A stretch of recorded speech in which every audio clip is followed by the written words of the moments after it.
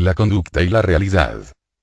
Debemos tener presente que existe algo que se llama realidad. El problema de muchos creyentes es que tratan de hacer algo para lograr que las cosas sean reales. Sin embargo, lo que expresan no es real. Muchos cristianos tratan de fabricar cierta clase de realidad, tratan de imitar y copiar. Pero esto no es lo que Dios quiere. Lo que a Él le interesa es la realidad que manifestemos. Lo que sale de nuestros propios esfuerzos es artificial y fabricado. No es real. Debemos ver lo vano que es actuar según las doctrinas, las cuales lo único que hacen es crear una actitud exterior falsa. Así que, tenemos que aprender a vivir delante del Señor como lo que realmente somos. Debemos pedir a Dios que nos ayude a tocar la realidad que se encuentra detrás de lo espiritual. Cuando tenemos mucho conocimiento doctrinal, corremos el riesgo de ser falsos, ya que vivimos según las doctrinas, y no según la dirección del Espíritu de Dios. Si andamos conforme a las doctrinas, no podemos tocar la realidad. Un hermano relató la siguiente experiencia. Una vez un hermano vino y dijo algo que me ofendió mucho. Sin embargo, yo le respondí que no importaba, que no había ningún problema.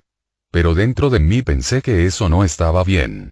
Que él siempre hacía lo mismo, y no solo a mí. Tuve la intención de reprenderlo, pero no lo hice porque pensé que él iba a creer que yo no perdonaba. Y podía ofenderse. Por otro lado, si estrechaba su mano y lo invitaba a comer, iba a parecer que estaba practicando el amor fraternal. Mientras pensaba en esto, creí necesario hablar con él y decirle que lo que me había dicho no era correcto. Luché con este pensamiento por un cuarto de hora, hasta que finalmente decidí hacerlo. Muchas veces es mejor reprender que estrechar la mano. Podemos ser amables por fuera y ganar así la alabanza de otros, pero delante de Dios este comportamiento no tiene ningún valor. Lo importante es que nuestra conducta sea el resultado de la guía del Espíritu y no el producto de doctrinas muertas. Este hermano en verdad amaba de corazón al ofensor. Pero no importaba si lo amaba de corazón o no, sino si había realidad espiritual. En una ocasión, un hermano tuvo una discusión en su casa, y como resultado, un miembro de su familia lo abofeteó. En ese instante él recordó las palabras de Mateo 5 que dicen: a cualquiera que te abofetee en la mejilla derecha, vuélvele también la otra. Verso 39. Y pensó que debía actuar como un buen cristiano, así que le volvió la otra mejilla. Pero después, no pudo dormir bien por 2 noches. En lo que se refiere a su conducta, él actuó conforme a la Escritura. No obstante, estaba tan disgustado que no podía dormir. Esto significa que no había tocado la realidad espiritual, por eso su conducta no fue genuina ni procedía de la vida. Muchos creyentes no pueden diferenciar entre lo genuino y lo falso, ni entre lo que es de Dios y lo que no lo es. Esto se debe a que no han tocado la realidad espiritual. Cuando la tocamos, discernimos automáticamente entre lo genuino y lo falso, y nadie podrá engañarnos. La capacidad de discernir viene de nuestra visión. El creyente que haya sido salvo genuinamente, por lo menos en lo relacionado con la salvación, ha tocado la realidad espiritual. No es fácil que alguien lo engañe en este asunto. Cuando palpamos la realidad espiritual, espontáneamente notamos cuando está ausente en cualquier asunto. Un poder inexplicable dentro de nosotros rechaza lo que no es genuino. Si nos engañan fácilmente es porque nos engañamos a nosotros mismos, y cuando esto sucede, somos presa fácil. Si no se ciega y no se conoce a sí mismo, tampoco puede conocer a otros. Pero cuando Dios nos disciplina, nos toca, nos instruye, entonces nos conocemos a nosotros mismos, tocamos algo real y sabemos cómo actúa el Espíritu de Dios en nosotros. Al conversar con una persona, inmediatamente sabremos si actúa por sí misma o por el Espíritu de Dios. El discernimiento espiritual es el resultado de tocar la realidad espiritual. Aquellos que no han palpado la realidad, se engañan a sí mismos y a los que están en la misma condición espiritual. No pueden engañar a aquellos que reconocen lo que es del Espíritu y que saben lo que es vivir en el Espíritu. Tampoco pueden engañar a la Iglesia. Piensan que son espirituales, pero lo extraño es que la Iglesia nunca les dice amén. Cuando la Iglesia no nos responda con un amén, debemos confesar nuestros pecados. Si los hermanos no responden con un amén, esto significa que no tenemos realidad. Muchos hermanos afligen y cargan a la iglesia, no solamente con sus pecados, sino también con su buena conducta. Es fácil detectar el pecado y saber quiénes están lejos de Dios y de la realidad espiritual, pero no sucede lo mismo con la buena conducta, la cual se origina en el hombre mismo. Muchos creyentes no han tocado la realidad espiritual, y lo que hacen no tiene nada que ver con la realidad. Sin embargo, creen que tienen la verdad, lo cual causa aflicción y es un estorbo. El resultado de tocar la realidad es vida. Pero cuando no la tocamos, el resultado es muerte.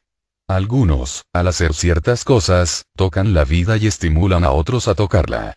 En cambio otros, a pesar de que hacen ciertas obras y se sienten satisfechos de ellas, no logran que los demás toquen la vida ni sean edificados.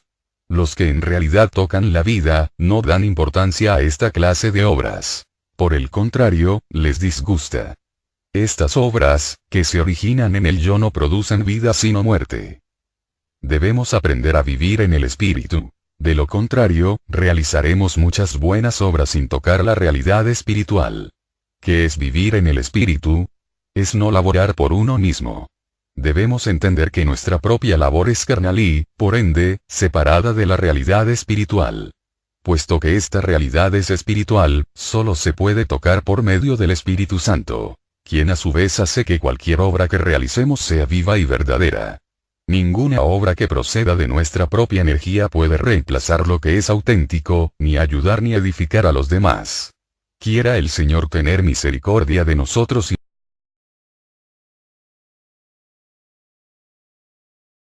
el suministro y la realidad. En 2 Corintios 4 se nos dice que donde está la realidad, ahí está la provisión. Leemos: llevando en el cuerpo siempre por todas partes la muerte de Jesús, para que también la vida de Jesús se manifieste en nuestros cuerpos. Verso 10. Esto nos muestra que cuando la muerte de Jesús se manifiesta, su vida también se manifiesta. Dicho de otra manera, cuando en nosotros se ve la muerte de Jesús, también se puede ver su vida. Si un grupo de hermanos llega a conocer la muerte de Jesús, la vida de él se manifiesta en ellos. Pablo añade: de manera que la muerte actúa en nosotros, mas en vosotros la vida. Verso 12. En el versículo 10, él habla de la manifestación de la vida, y en el 12, del suministro de la vida. Cuando esta manifestación está en nosotros, es la vida. Y cuando está en otros, es el suministro. Pero la fuente es la misma: la muerte de Jesús. Por tanto, las predicaciones huecas que no han tocado la realidad son vanas y no suministran nada al cuerpo de Cristo. Cuando la muerte de Jesús opera en nosotros, su vida también opera. Lo importante no es predicar ni elaborar, sino suministrar vida. Es indudable que la predicación tiene su función, pero si carece de realidad, no suministrará vida. Cuando la muerte de Jesús está en nosotros, el cuerpo de Cristo es abastecido. Si no conocemos el significado de la muerte de Jesús ni hemos llevado la cruz en silencio, carecemos de esta provisión. Hermanos, en relación con la realidad espiritual, ninguna obra la debe desempeñar uno solo. Cuando pasamos por una situación y tocamos la realidad, el cuerpo de Cristo espontáneamente recibe su provisión. La muerte de Jesús actúa en nosotros, y el cuerpo de Cristo espontáneamente recibe el suministro. Por lo tanto, no necesitamos divulgar que perdonamos a alguien, ni proclamar que lo amamos. Tampoco debemos llamar la atención poniendo una cara de estoy llevando la cruz. Si tocamos la realidad espiritual, espontáneamente otros recibirán el suministro. Posiblemente no estemos conscientes de que estamos alimentando a los demás, sentir, pero es un hecho. La muerte opera en nosotros, mas en vosotros la vida.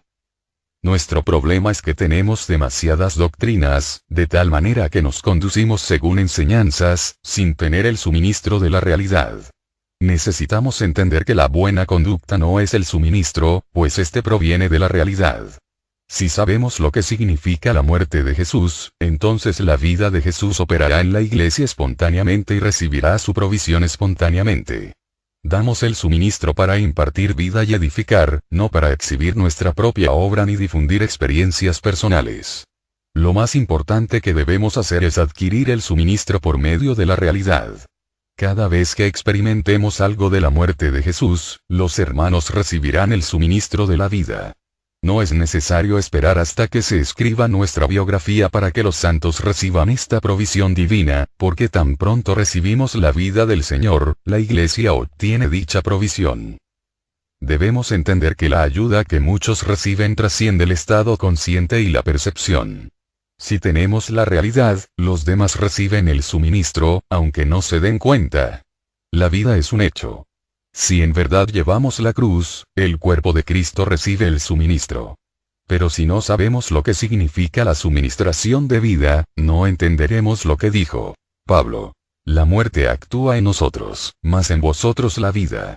Además, les dijo a los colosenses: ahora me gozo en lo que padezco por vosotros, y de mi parte completo en mi carne lo que falta de las aflicciones de Cristo por su cuerpo, que es la Iglesia. Colosenses 1:24. Esto se refiere al suministro de vida. Si vemos que el cuerpo de Cristo es uno solo, espontáneamente le daremos su suministro. Por esta razón Pablo pudo sufrir a causa del cuerpo de Cristo, y pudo completar en su carne lo que faltaba de las aflicciones de Cristo. Si no vemos que el cuerpo de Cristo es uno solo, no podremos comprender que las aflicciones de Cristo están siendo completadas. Que el Señor abra nuestros ojos para que veamos que el cuerpo es uno. Si verdaderamente vemos esto, nos daremos cuenta de que todo lo que tenemos lo hemos recibido, 1 Corintios 4:7, y a su vez llega a ser un suministro para otros. La realidad que tocamos a solas ante Dios, llega a ser el abastecimiento para todo el cuerpo. El suministro del cuerpo trasciende el contacto físico. Pablo dijo a la iglesia de Corinto: pues yo, por mi parte, aunque ausente en cuerpo, pero presente en espíritu, ya como presente he juzgado al que tal cosa ha hecho. 5:3. Pablo tocó la realidad del cuerpo, por eso podía decir que estaba presente con ellos en su espíritu, como si hubiera estado presente físicamente. Esto no era un deseo, era la realidad. Si podemos ver que el cuerpo de Cristo es uno solo, nuestro espíritu estará con el cuerpo. Esto es el suministro de vida, el cual va más allá de las palabras, las obras y todo contacto físico. Si conocemos a Dios y estamos en contacto con Él, todas nuestras experiencias vendrán a ser las riquezas del cuerpo. Es una pena que muchos creyentes continúen viviendo por las apariencias. Dan la sensación de que solo pueden compartir cuando están laborando para el Señor, o que reservan el suministro para aquellos con los que se entienden bien. Solo cuando hablan parecen ser los mejores siervos de Dios. Ellos no han tocado la realidad espiritual. Debido a esto, no pueden suministrar vida al cuerpo de Cristo. Hay hermanos que son muy callados, pero cuando hablan, aunque solo sea por 5 minutos, uno recibe un suministro abundante. El cuerpo de Cristo es una realidad, y como miembros recibimos el suministro por experimentar y recibir de parte de Dios la muerte de Jesús, y no simplemente por estrechar las manos de los santos, ni por hablar con ellos en persona. Esto es lo que suministra vida al cuerpo de Cristo. Por consiguiente, hermanos y hermanas, no necesitamos laborar conscientemente ni inventar nada para abastecer a otros, porque este suministro es espontáneo y es el resultado de conocer al Señor interiormente. En la experiencia de Pablo, el cuerpo de Cristo recibe su provisión de la realidad, no de esfuerzos humanos. Si hemos tenido una experiencia genuina delante del Señor, espontáneamente suministramos vida a la iglesia, la cual recibirá espontáneamente el beneficio. Lo que Pablo expresó fue muy particular. Habría sido más simple si hubiera dicho que la muerte y la vida de Jesús operaban en él. Pero lo que dijo fue que mientras la muerte de Jesús operaba en él, la vida de Jesús operaba en otros. Es difícil entender esto si no conocemos el cuerpo de Cristo. Puesto que el cuerpo es uno solo, lo que opera en mí, espontáneamente opera en los demás miembros. Esta es la vida y la provisión. Ver esto nos causa gozo. Todo lo que cada miembro recibe de la cabeza, lo podemos encontrar en el cuerpo, porque todos participamos del mismo cuerpo. Hermanos, si tocamos esta realidad, nunca pensaremos que la iglesia es pobre ni que está desolada. Admitimos que si nos fijamos en la apariencia, la iglesia da la impresión de estar pobre y desolada, y que los creyentes individualmente y en conjunto son un fracaso. Pero cuando tocamos la realidad de la iglesia, vemos que en ella no hay pobreza ni desolación. Los defectos de los creyentes o de grupos cristianos no menguan las riquezas de la iglesia. Día tras día, todo lo que los miembros reciben de Cristo, la cabeza, es suministrado a toda la iglesia. Pablo tocó la realidad espiritual y, como resultado, pudo, por un lado, reprender a la iglesia en Corinto, y por otro, suministrarle vida. En Efesios 4:13 dice: hasta que todos lleguemos a la unidad de la fe y del pleno conocimiento del Hijo de Dios, a un hombre de plena madurez, a la medida de la estatura de la plenitud de Cristo. Si nos encerramos en nuestra mente a analizar las apariencias, es difícil entender este versículo. Externamente, parece como si la unidad de la fe fuera un imposible. Es difícil creer que la iglesia pueda llegar a esta unidad. Pero cuando tocamos la realidad espiritual, toda duda desaparece y vemos que a los ojos de Dios, la iglesia es una sola entidad y no se puede dividir.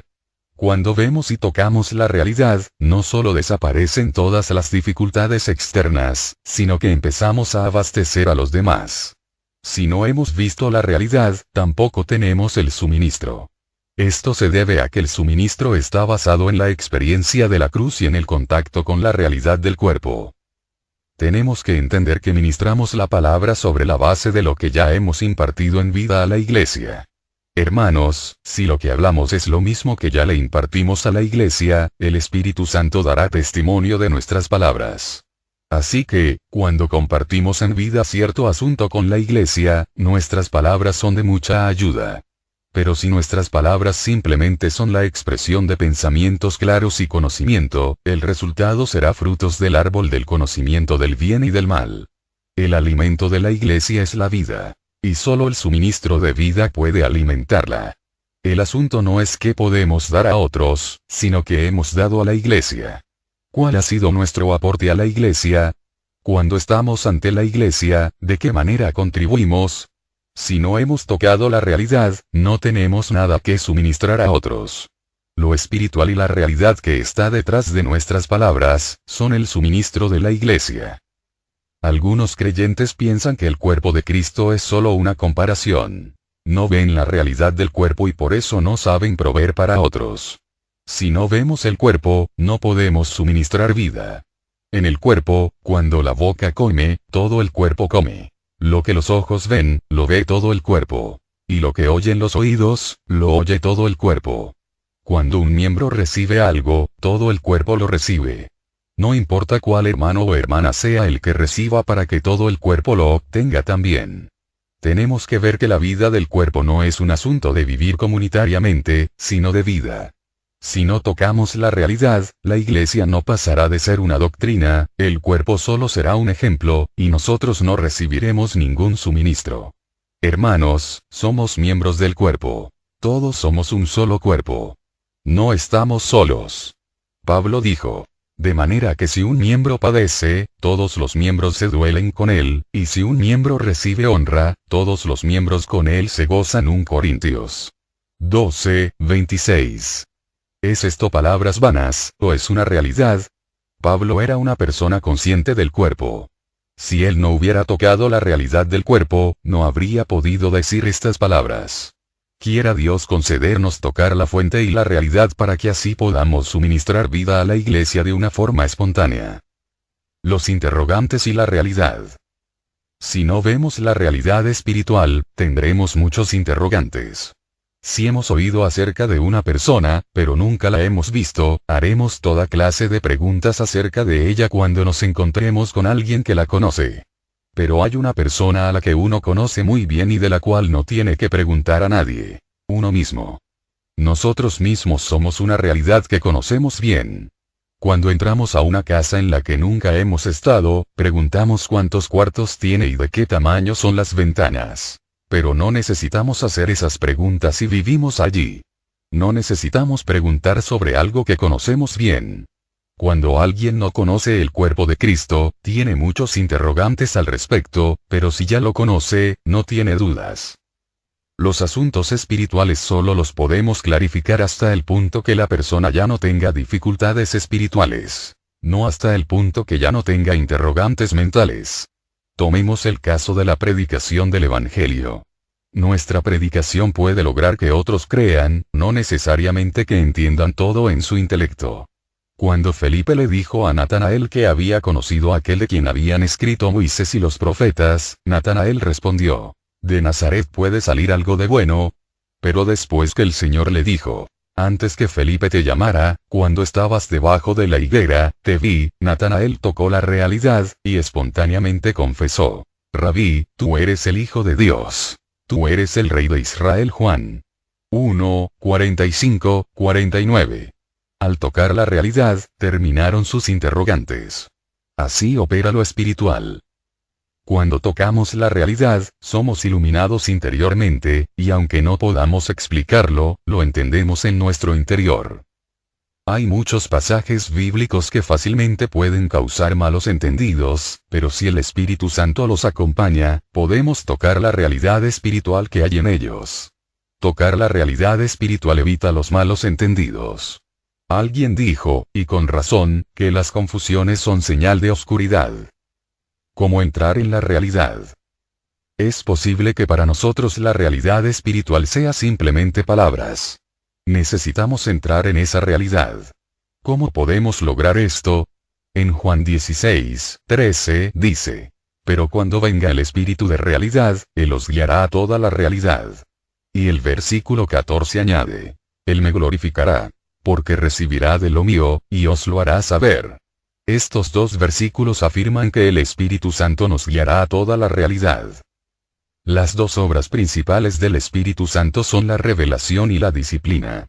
Aquella nos muestra la realidad espiritual, mientras que ésta nos conduce a toda la realidad, por medio de las circunstancias que han sido dispuestos por Él.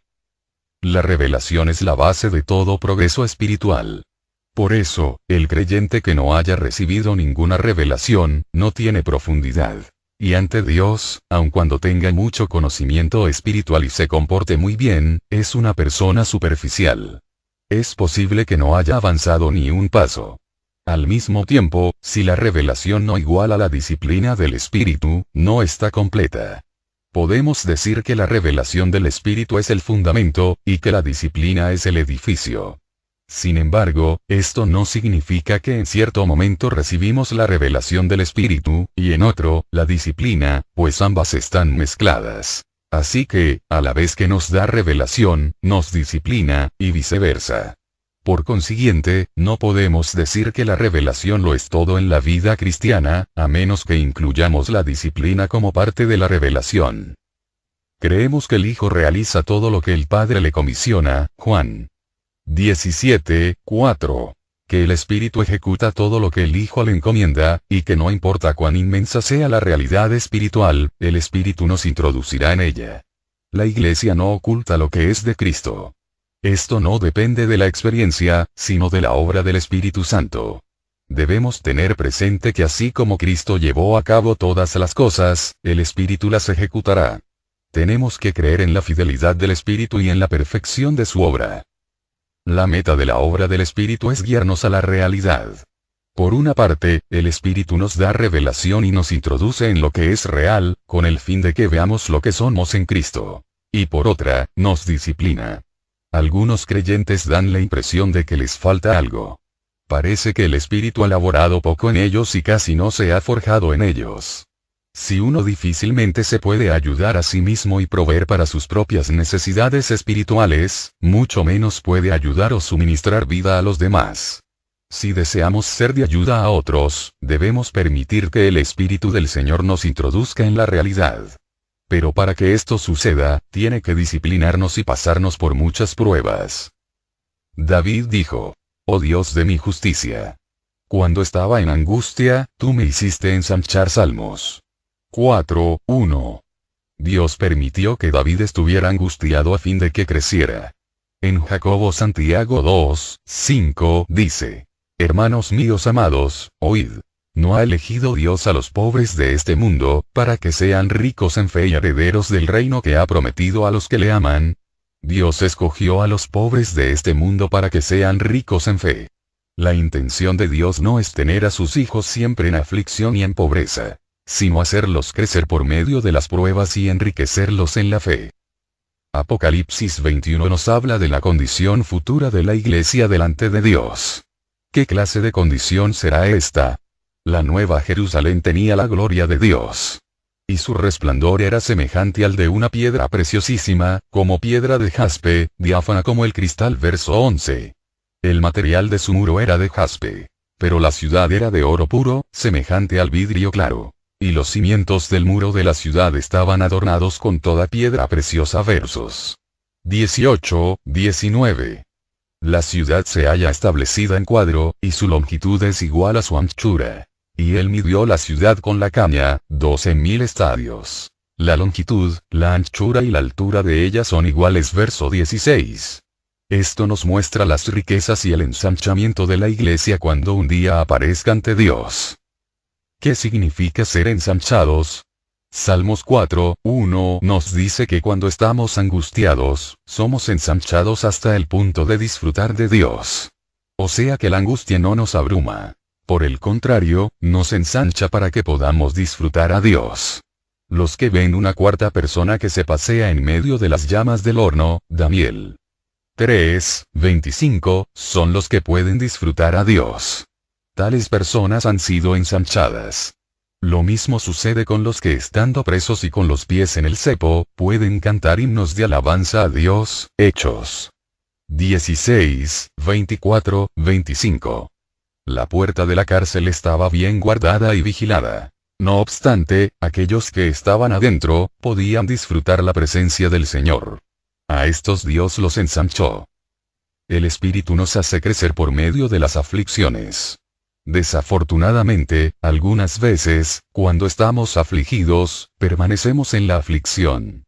Sabemos que el Señor permitió que Job sufriera con el propósito de llevarlo al fin que el Señor tenía para él. Santiago 5, 11. Job llegó a este fin. Desafortunadamente, muchos llegan a su propio y no al que el Señor tenía para ellos. Mientras son probados, los sufrimientos los hacen tropezar. Aunque se encuentran en angustia, no son ensanchados. Algunos murmuran contra Dios en el momento de la prueba y se quejan diciendo que Dios no es justo con ellos.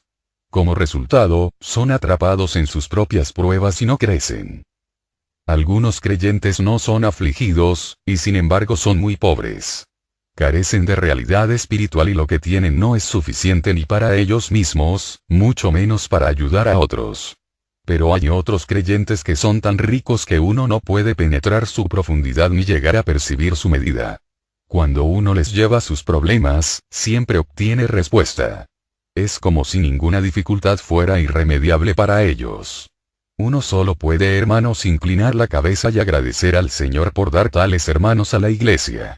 Sus riquezas son más grandes que las dificultades y la pobreza de otros, por eso los pueden abastecer. Estos son muy ricos en vida, y la pueden suministrar, porque han tocado la realidad. La iglesia es un candelero de oro y un testimonio solo en la medida en que los creyentes hayan sido ensanchados, sean ricos en fe y puedan suministrar vida a los demás. Cuando un amigo viene a visitarnos a medianoche, y no tenemos nada que ofrecerle, podemos ir a tocar a la puerta de otro amigo. Lucas 11, 5, 6. Sin embargo, algunas veces, el Señor nos dice, dadles vosotros de comer. Mateo 14, 16. ¿Cuántos panes tenemos en realidad? En ocasiones podemos orar pidiendo un suministro urgente, y el Señor nos lo concede. Sin embargo, las oraciones para obtener dicha provisión, no pueden sustituir las riquezas. Si en varios años nuestras riquezas espirituales no aumentan, en verdad estamos en la pobreza. ¿Por qué estamos pobres?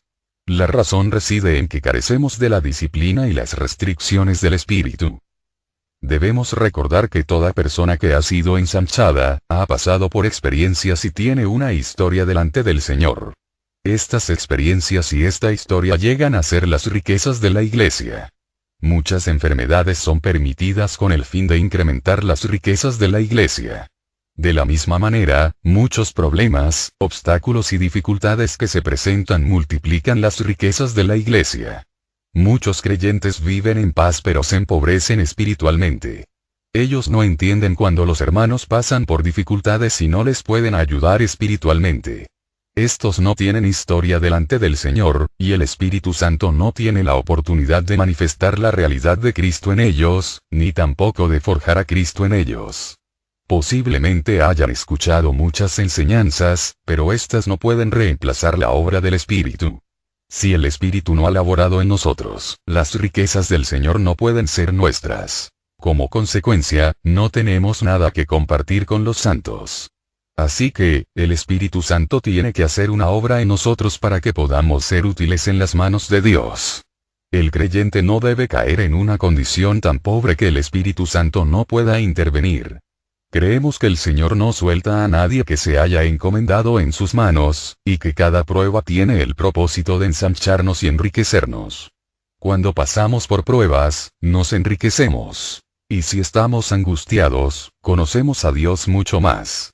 De este modo, gradualmente llegamos a estar facultados para suministrar vida a los hijos de Dios en la iglesia. Cierta hermana fue salva a la edad de 13 años y vivió hasta la edad de 103. Cuando cumplió 100 años, un hermano le pidió que le dijera la razón por la que Dios le había dado tan larga vida. Ella contestó tranquilamente: Dios me ha preservado aquí para que ore continuamente. No hay duda de que ella era rica.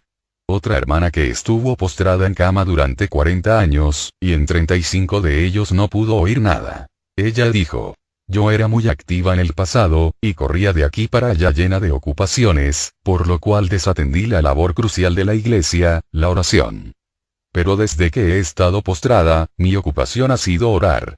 Ella no estaba molesta, ni impaciente ni murmuraba. Por el contrario, llegó a hacer obras maravillosas. Su angustia la había ensanchado y enriquecido, y sus riquezas habían llegado a ser las riquezas de la iglesia. Algunos hermanos y hermanas en la iglesia no son muy elocuentes ni tienen mucho conocimiento. Sin embargo, pueden orar. Cuando se enteran de alguna necesidad, oran. Continuamente sustentan a la iglesia por medio de sus oraciones. Ellos oran por los enfermos y por los santos que tienen problemas. En cambio hay otros que se reúnen con regularidad, pero nunca oran. Estos no tienen nada que ofrecer a la iglesia. Son pobres y desconocen la realidad espiritual porque no han sido disciplinados por el Espíritu. Si otros hermanos dependieran de ellos, no llegarían muy lejos. Pero estos aún permanecen gracias a que otros los han estado sustentando. Así que, las riquezas de la vida no se basan en doctrinas, sino que son el resultado de sufrir delante del Señor, al punto de suministrar vida a la iglesia. Día tras día, el Espíritu busca la oportunidad de introducirnos en la realidad espiritual. Pero si no aceptamos su disciplina, no podremos entrar en esta realidad. Muchas veces, cuando vienen dificultades, algunos buscan la manera de atenuarlas, mientras que otros tratan de evadirlas y posiblemente lo logren, pero pierden la oportunidad de que el Espíritu Santo los introduzca en la realidad espiritual. El Espíritu no tiene la oportunidad de laborar en ellos al grado que la porción de ellos llegue a ser la de la iglesia. El que huye de la disciplina del Espíritu Santo, no puede entrar en la realidad espiritual ni ser ensanchado ni enriquecido. Hermanos, debemos aceptar la disciplina del Espíritu Santo, a fin de ser ensanchados y poder suministrar vida a la iglesia. Necesitamos consagrarnos de una manera profunda y completa, para que el Espíritu del Señor tenga oportunidad de realizar su obra en nosotros y de introducirnos en la realidad espiritual. Ojalá que podamos aprender más cada día, y que crezca nuestro depósito interior. De tal manera que ese depósito, junto con lo que hayamos aprendido, llegue a ser riquezas para la iglesia. Un día estas riquezas se manifestarán en el cielo nuevo y la tierra nueva. Hermanos y hermanas, el oro y las piedras preciosas tienen que pasar por fuego, y la perla no puede formarse sin sufrir. Oremos para que el Señor nos libre de hablar vanamente y de toda clase de pobreza. Pidamos que nos muestre más detalladamente lo que es la realidad espiritual. Que el Señor nos guíe por medio de su Espíritu a toda realidad espiritual.